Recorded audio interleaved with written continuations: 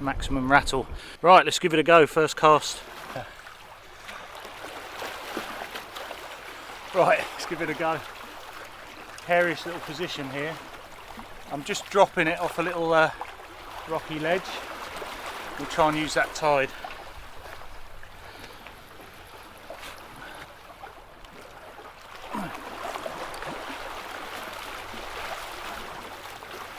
I think how you fish these depends on what the tide's doing. The bass like to see them drift naturally through the tide.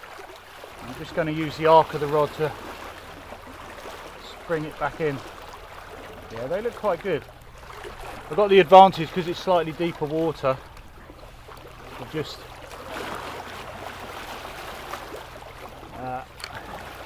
holding the rod tip high and let it come back towards me.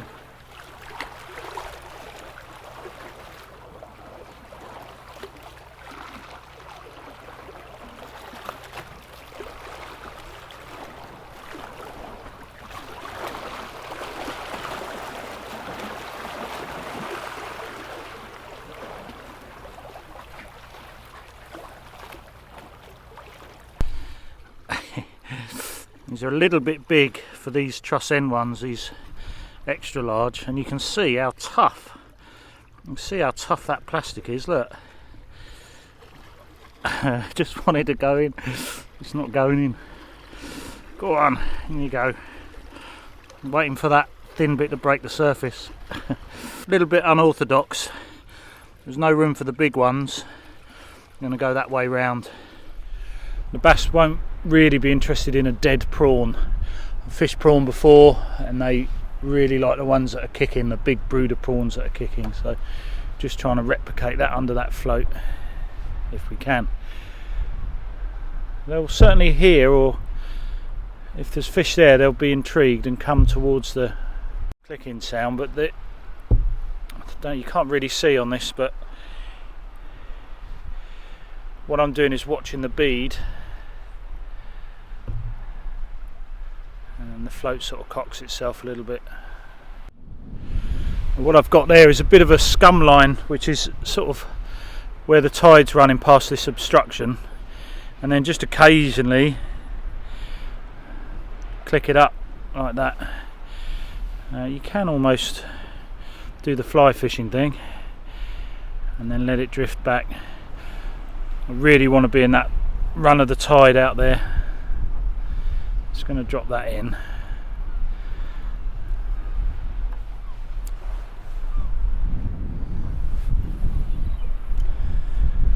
That's where we want it. And it's actually a bit sort of wind against tide, which means the wind's going one way, tide's going the other. So anything could happen to that float at the moment. So the waves can add a little bit of movement, of course. You know, if you've got bigger waves, then they're underneath the water there, that prawn is moving up and down. Little flicks or little taps of the rod tip, and obviously having that rattle on there is going to help.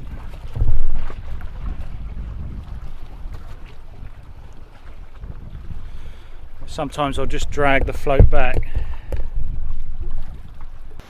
I'm going to change it now. We've had a little play around with that.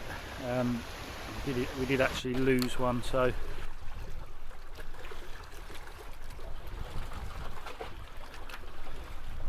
now we're going to go with a float rig. So same sort of thing. It's still got that Rapala knot on another, almost looks like a half cooked one, that, doesn't it?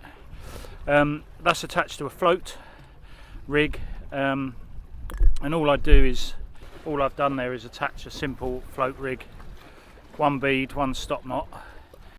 I sometimes have a second stop knot under the float as well, so it just sort of stops the float flying up and down right the way from the lure. You'll need some of the float stops. These ones, these are medium, and you're going to put those onto the braid, which is obviously coming from the main line and from your reel. So it'll be one of the float stops.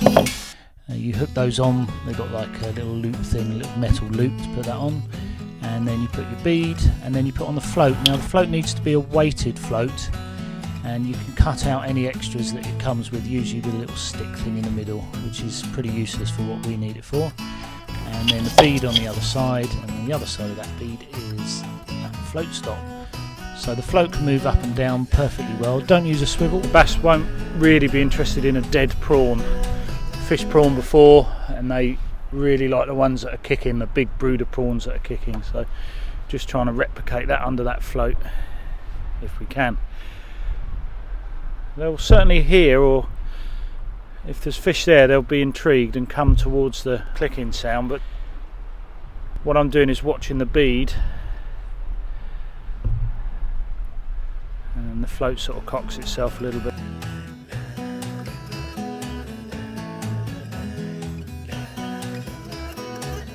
So I want to bring this little pintail in with the tide. I'm going to cast over the top of this obstruction. This is like a jetty, to either side as well, and see what happens to the lure, and that'll affect where I think we might get the fish. So casting out here, the wind is coming in this direction, and I want to bring it along the left hand edge here of the groin. So I'll show you the sort of thing you would need to do, bearing in mind got quite a strong tide and a really light lure.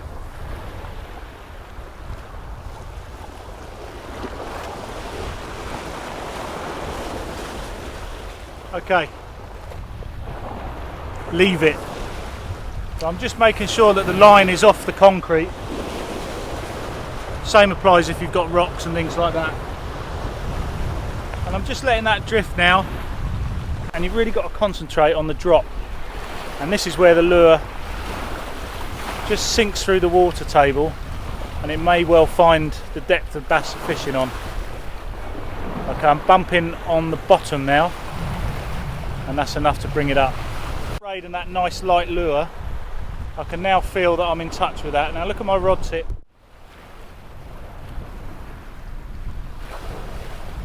I'm not even retrieving in here. I'm not even retrieving in.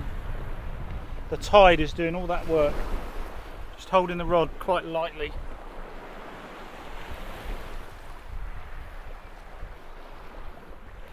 Because I don't want that spinning across the surface today in these conditions. Just reeling in the slack, tapping away. Going over the top of the concrete. I want to retrieve a lot faster, a little bit faster now, just to stop the snag. But all the time you need to know what your lure is doing.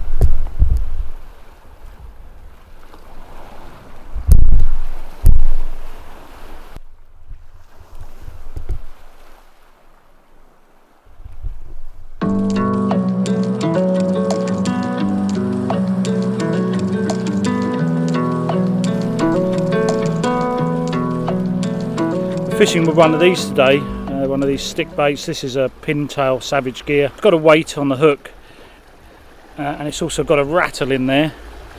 But you can see I'm fishing it very, very slowly.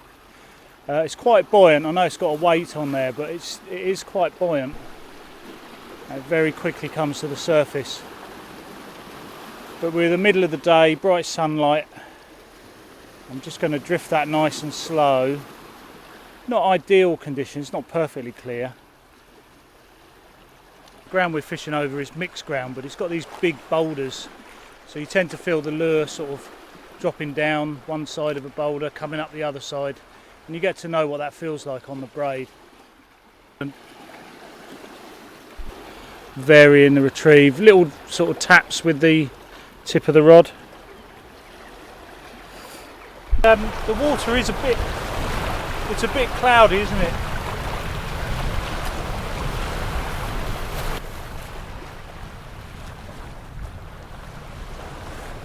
You've got to be confident.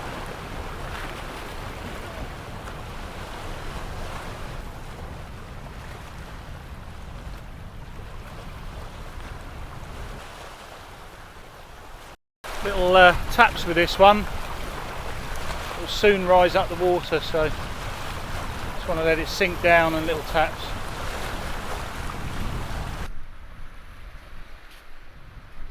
Terrific, some fantastic colours here, really good detail. I'm going to show you here.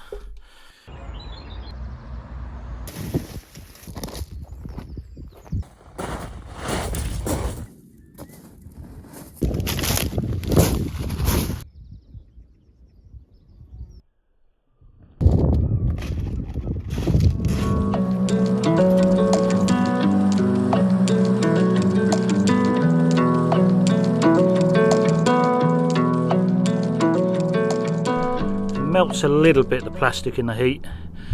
So these are the rattles. You just sort of stuff them in the lure. You can put them on the line as well, but that rattling is going to be good on the prawn as well, I think.